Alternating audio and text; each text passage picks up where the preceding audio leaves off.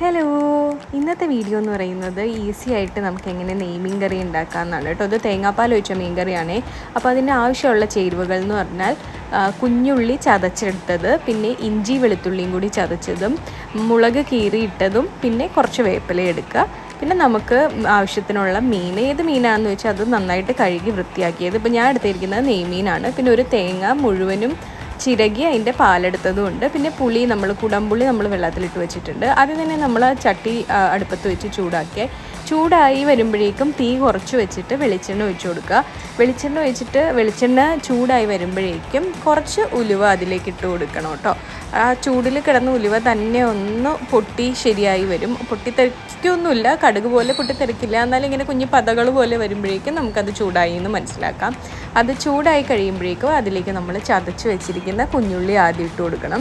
എന്നിട്ട് അത് നന്നായിട്ട് വഴറ്റിയെടുക്കണം കേട്ടോ. അതൊന്ന് നന്നായി വഴുന്നെന്ന് വെച്ചാൽ ബ്രൗൺ കളറൊന്നും ആവേണ്ട, ചെറുതായിട്ടൊന്നൊരു ട്രാൻസ്പെറൻ്റ് ആയിട്ട് വരുന്ന ആ സമയം വരെ നമുക്കൊന്ന് അത് ഇളക്കി കൊടുത്തുകൊണ്ടിരിക്കണം. അടിയിൽ പിടിക്കാതെ നന്നായിട്ട് ഇളക്കി കൊടുക്കുക.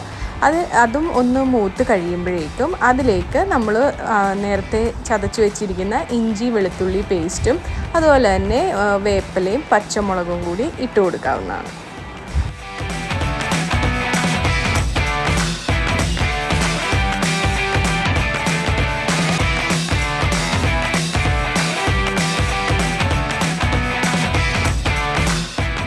ഇപ്പോൾ നമ്മുടെ കുഞ്ഞുള്ളി, വെളുത്തുള്ളി, ഇഞ്ചി, പച്ചമുളക്, വേപ്പില ഇതെല്ലാം നന്നായിട്ട് വഴന്ന് വരുമ്പോഴേക്കും നമുക്ക് അതിലേക്ക് ഒരു 2 സ്പൂൺ മഞ്ഞൾപ്പൊടി ആദ്യം ഇട്ട് കൊടുക്കുക. പിന്നെ 1 സ്പൂൺ കാശ്മീരി മുളക് പൊടി ഇട്ട് കൊടുക്കുന്നുണ്ട്.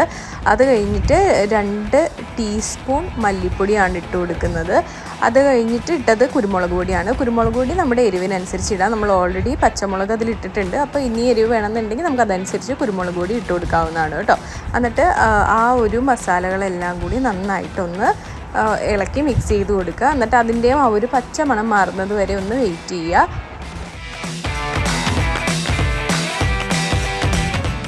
അപ്പോൾ മസാലയുടെ പച്ചമണം മാറി കഴിയുമ്പോഴേക്കും നമ്മൾ നേരത്തെ കുടംപുളി വെള്ളത്തിലിട്ട് വെച്ചിട്ടുണ്ടല്ലോ, അപ്പോൾ ആ വെള്ളവും പുളിയും കൂടി ഇതിലേക്ക് ഇട്ടിട്ട് മിക്സ് ചെയ്ത് കൊടുക്കുകയാണ്. അതിൻ്റെ കൂടെ ഞാൻ കുറച്ച് എക്സ്ട്രാ വാട്ടറും കൂടി ആഡ് ചെയ്ത് കൊടുക്കുന്നുണ്ട്. എന്നിട്ട് ആ വെള്ളം ഒന്ന് തിളച്ച് വരാനായിട്ട് നമ്മളൊന്ന് വെയിറ്റ് ചെയ്യണേ. ഇതിലേക്ക് ആവശ്യത്തിനുള്ള ഉപ്പും കൂടി ആഡ് ചെയ്ത് കൊടുക്കുക.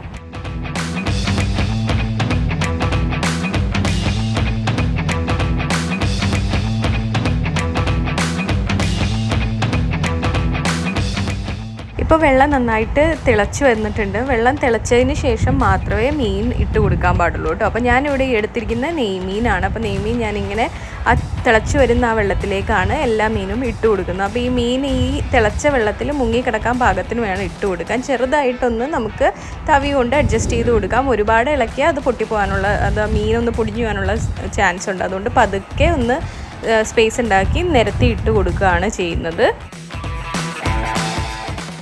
അപ്പോൾ നമ്മൾ മീൻ ഇട്ട് കഴിഞ്ഞിട്ട് നന്നായിട്ടൊന്ന് തിളച്ച് ആ വെള്ളം ഇച്ചിരി വറ്റാനായിട്ട് വെയിറ്റ് ചെയ്തു. വെള്ളം ഒന്ന് വറ്റി തുടങ്ങിയപ്പോഴേക്കും നമ്മൾ അതിലേക്ക് പിഴിഞ്ഞു വെച്ചിരിക്കുന്ന തേങ്ങാപ്പാൽ 2 പ്രാവശ്യമായിട്ടാണ് ഒഴിച്ചു കൊടുക്കുന്നത്. ആദ്യം പകുതി ഒഴിച്ചു കൊടുക്കുക, എന്നിട്ട് അതൊന്ന് തിളച്ച് നന്നായിട്ട് വറ്റി വരുമ്പോഴേക്കുമാണ് ബാക്കി പകുതിയും കൂടി ഒഴിച്ചു കൊടുക്കുന്നത്. പിന്നെ നമ്മളിതിനെ വറ്റിക്കുന്നത് നമ്മുടെ പാകത്തിന് എടുക്കാം. നമുക്കിപ്പോൾ നന്നായിട്ട് ചാറ് വേണമെന്നുണ്ടെങ്കിൽ ആ ഒരു പാകമാകുമ്പോഴേക്കും നിർത്താം. നന്നായിട്ട് പറ്റിച്ച് കുറുകിയെടുക്കാനാണെങ്കിൽ നമ്മുടെ ഒരു പാകത്തിനനുസരിച്ച് നമുക്കിത് വറ്റിച്ചെടുക്കാവുന്നതാണ്.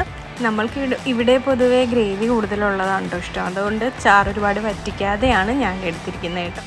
പിന്നെ ഈ നമ്മുടെ നെയ്മീൻ കറിയപ്പോൾ റെഡി ആയിട്ടുണ്ട്. നമുക്കിത് ഇപ്പോൾ കഴിക്കുന്നതിനേക്കാളും ടേസ്റ്റ് വരുന്നത് ഒരു 5-6 മണിക്കൂർ ഒന്ന് വെയിറ്റ് ചെയ്ത് ആ പുളിയൊക്കെ പിടിച്ച് കഴിഞ്ഞിട്ട് എടുക്കുമ്പോഴായിരിക്കും കേട്ടോ.